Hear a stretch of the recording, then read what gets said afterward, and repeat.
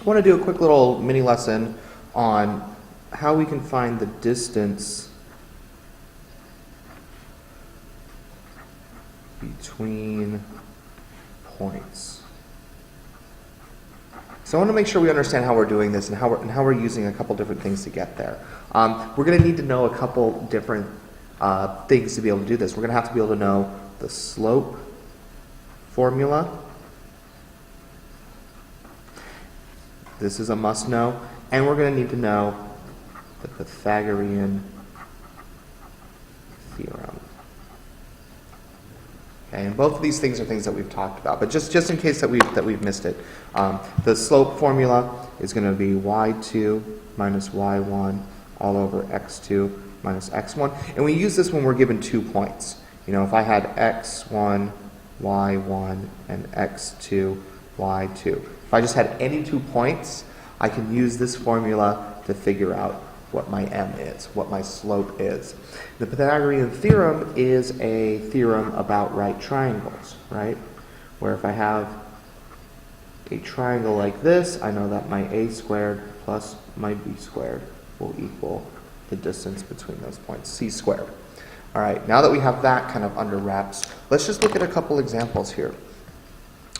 Let's say I had the point -6, -3. This is my x and y. And then I had the point 3, 1. Okay? And I was asked to find the distance between these points. So I can do this without graphing, right? I mean, one way we could do it is we could make a graph. I could go 1, 2, 3, 1. Here's that. -6 is 1, 2, 3, 4, 5, 6. -3, 1, 2, 3. Like this, and I could get a ruler out and try to measure it or whatever. But that's not exactly what we're looking at. We're going to be able to find that distance mathematically without having to do any sort of measurement. We can do it just by manipulating the numbers. And the way that we do that is the first thing that we do is we kind of have to figure out what our slope is.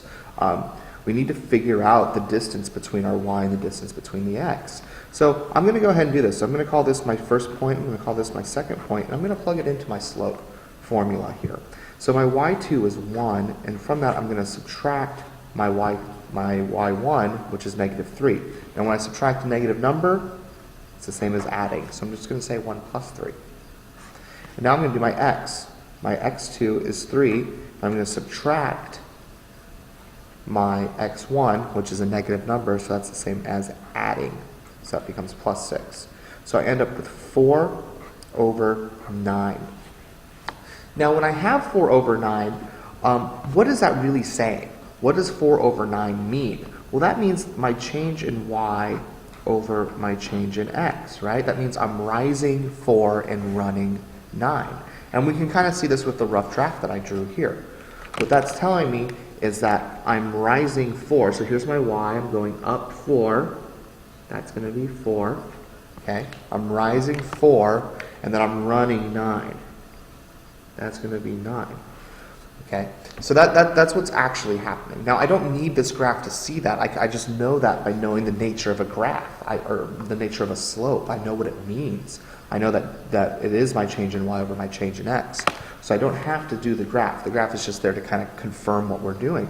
So if this is true, what I see here is if I'm trying to find the distance between these points, if I'm trying to find the distance here, well, the distance is this length right here, right? That's how far away they are from each other.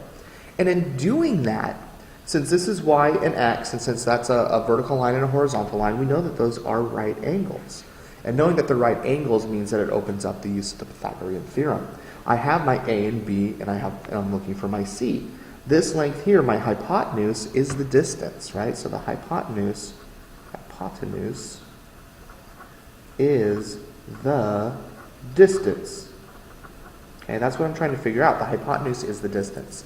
So I can do my Pythagorean theorem with my 2 legs to figure out the distance, because I know that 4 squared plus 9 squared will equal my c squared, which in this case is my distance, right? A, B, C. So 4 squared is 16, 9 squared is 81, and that all equals c squared. When I add that up, I get 97 equals c squared. 97 is not a perfect square. So to find c, I now square root both sides. And so I'm just going to leave it, oops, can't quite see it, I'll put it over here.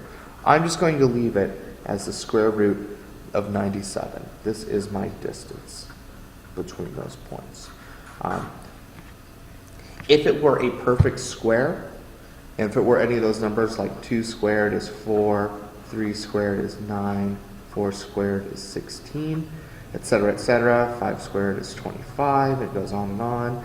If it were any of these numbers, then I would reduce it down, but 97 is somewhere between, the square root of 97 is somewhere between 9 and 10, because I know that 9 squared is 81, right? 9 squared is 81, and then 10 squared is 100.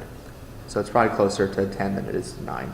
But that's going to be enough for me to say that's the distance. The distance between these 2 points, the distance between these 2 points is the root of 97. Okay? And that is how we find that distance. We got to know our slope formula, we got to know our Pythagorean theorem, and we got to understand how they all work together to get us that answer.